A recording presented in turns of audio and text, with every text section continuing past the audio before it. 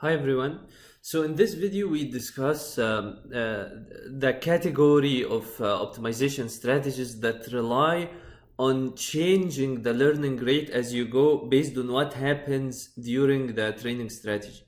So remember we discussed before a learning rate schedule, right? That you start with epsilon 0 and then at iteration tau you have an epsilon tau and you have a linear decay from epsilon 0 to epsilon tau. So this is also a changing learning rate, but it's changing according to a fixed strategy. So what we discuss here is an adaptive strategy. So based on feedback from what happens in training, you really change the learning rate.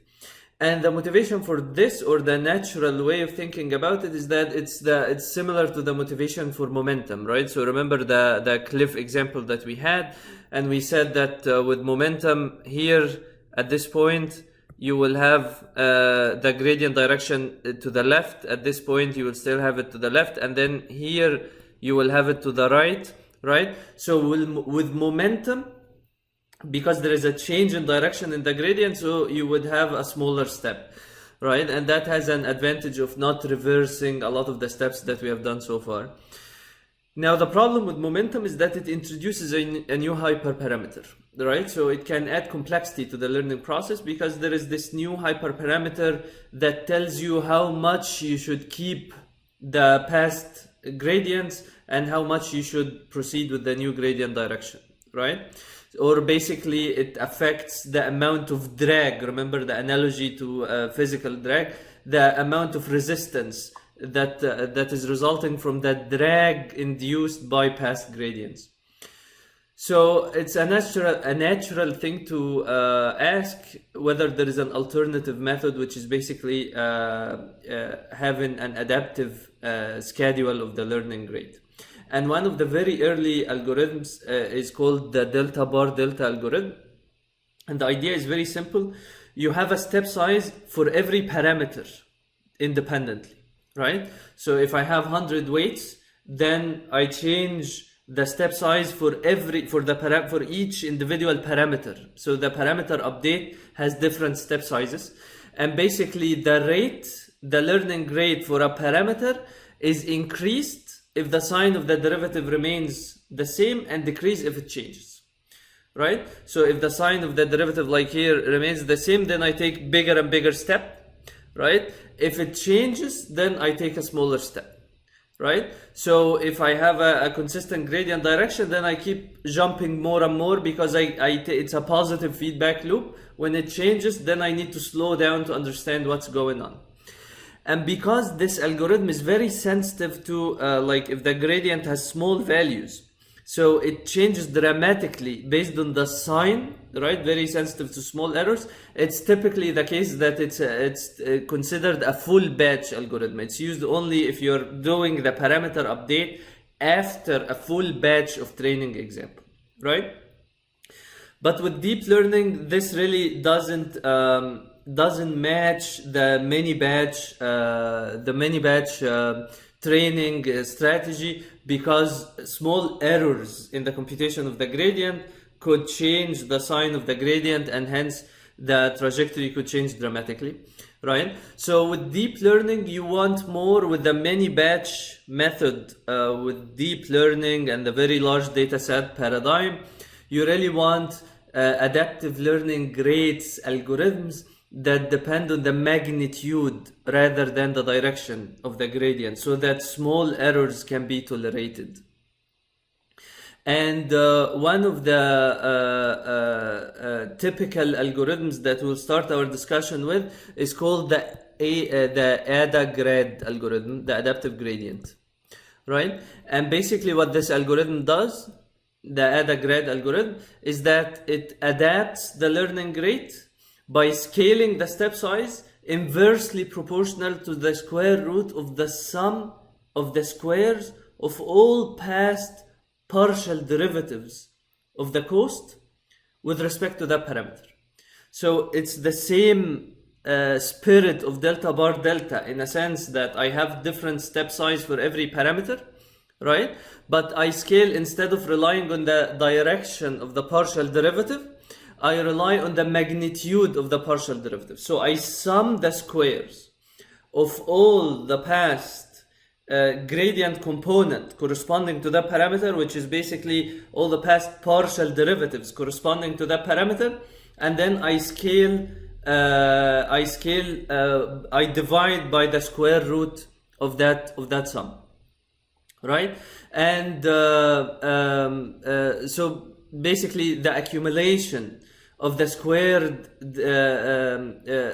squared gradient values when you do element-wise multiplication of the gradient, right? So what's the idea here is that if I have a large sum of all past gradients, right, then I take smaller and smaller steps, right? If I have a smaller sum, then I take larger step. And you can think of this as avoiding jumping over cliffs or being stuck in an almost flat region, right?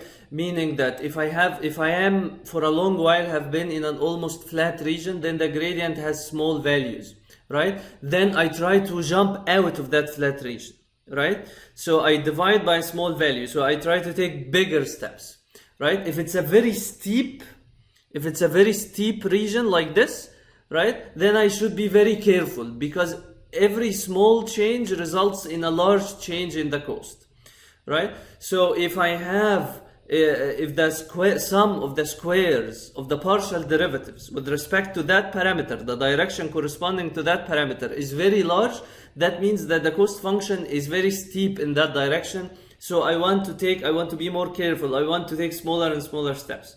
The opposite is if I am in an almost flat region like this, then I need to take big steps to explore the parameter space. Right? Now the problem, so this AdaGrad algorithm or the adaptive gradient algorithm has an advantage of having theoretical guarantees for convex functions. Right? So if the function is convex like this, then it has theoretical guarantees for convergence. And it makes sense, right? Because all the past gradients for the case of convex functions are relevant to the step that I'm making right now, right? But imagine that I have a parameter space, a cost function that looks like this, right?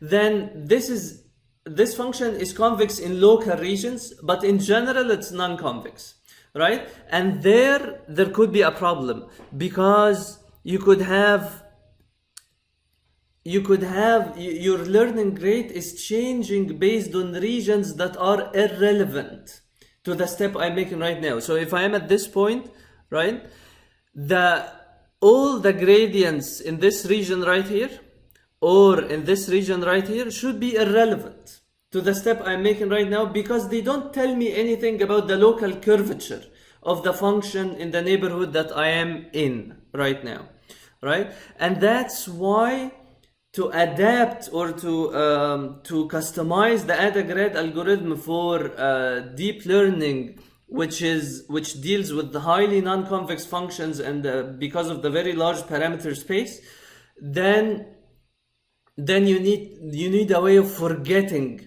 past gradients, right? And that's why the algorithm is given as shown right here, right? So first you compute the gradient, and then you compute the accumulated gradient, and here this is element-wise multiplication, right? So that I compute the square of the partial derivative with respect to every component of the gradient, right? So if g is a vector like this, then I create a replica of it and I multiply element-wise, I square element-wise, right? And that's basically the r is added to it, this square of the gradient with the multiplication element-wise. And then delta theta is given by minus epsilon, where epsilon is the original learning rate. Again, this could also be determined by a fixed schedule, the learning rate, right? So that epsilon here is the learning rate that you specify in TensorFlow or PyTorch.